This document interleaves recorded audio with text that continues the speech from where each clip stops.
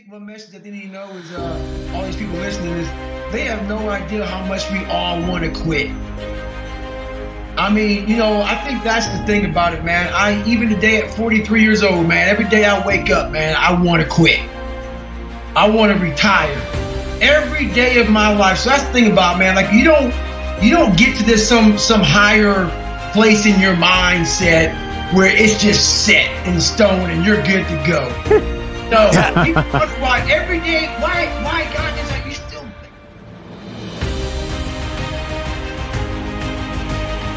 Because every day I want to still fucking quit. It actually gets harder as we get older because I've put out for long enough. I mean, it's probably okay because you tell yourself like it's probably okay if I step down and I take it easy and retire.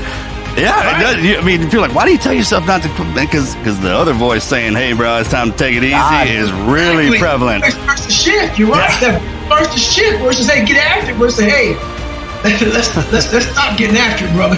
Yeah, and that's the problem with counting our years and our age. Is like this age is supposed to be doing this, but if you wipe that out like you have, and the whole thing is the time we have down here is short, right? You got to think about it. And if the first family has a bunch of kids, man, and now all the kids are saying, yeah, I love you, Father, and man, this is great, and that's all you say, then who gets rewarded in the family? The one who goes out and does the most, right? Who puts the work in and who walks the walk and actually gives back and takes care of everybody and thinks very little of themselves, right? It's all about everything else. The part you think about is keep going, right? Just keep taking all this, man, and then come back, hit the sack, refresh, start back up. Only easy day was yesterday.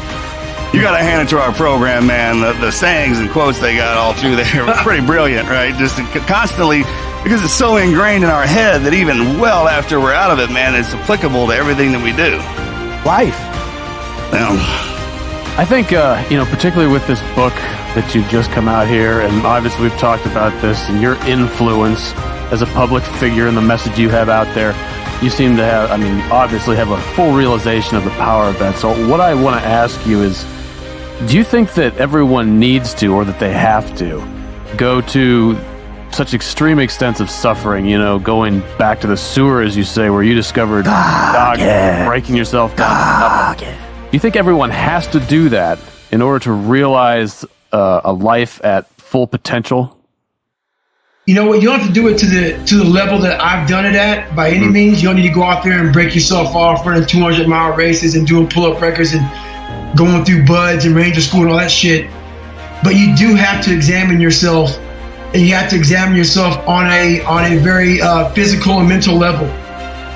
It is very important to push yourself to a point where you want to quit very badly and examine yourself there for long. Instead of quitting, in that moment, examine yourself. In that moment, it's not one or two moments throughout life. It has to be, it's not every day. It doesn't need to be every day, but it needs to be periodically. You need to tap into what you're capable of. And you have to also, everyone must go back to the beginning. Yes. They're like, everyone has to do that. Because everyone has a story. And if you think for 1 second you got away clean, you're fucking lying to yourself. No one gets away clean. There's just people who hide it better than others. That's all it is. Some people are able to hide amongst people better than others. So one thing, you must challenge yourself physically and mentally as much as possible. Not to my level, but everyone must go back through and do a live autopsy on themselves to see what is going on with inside themselves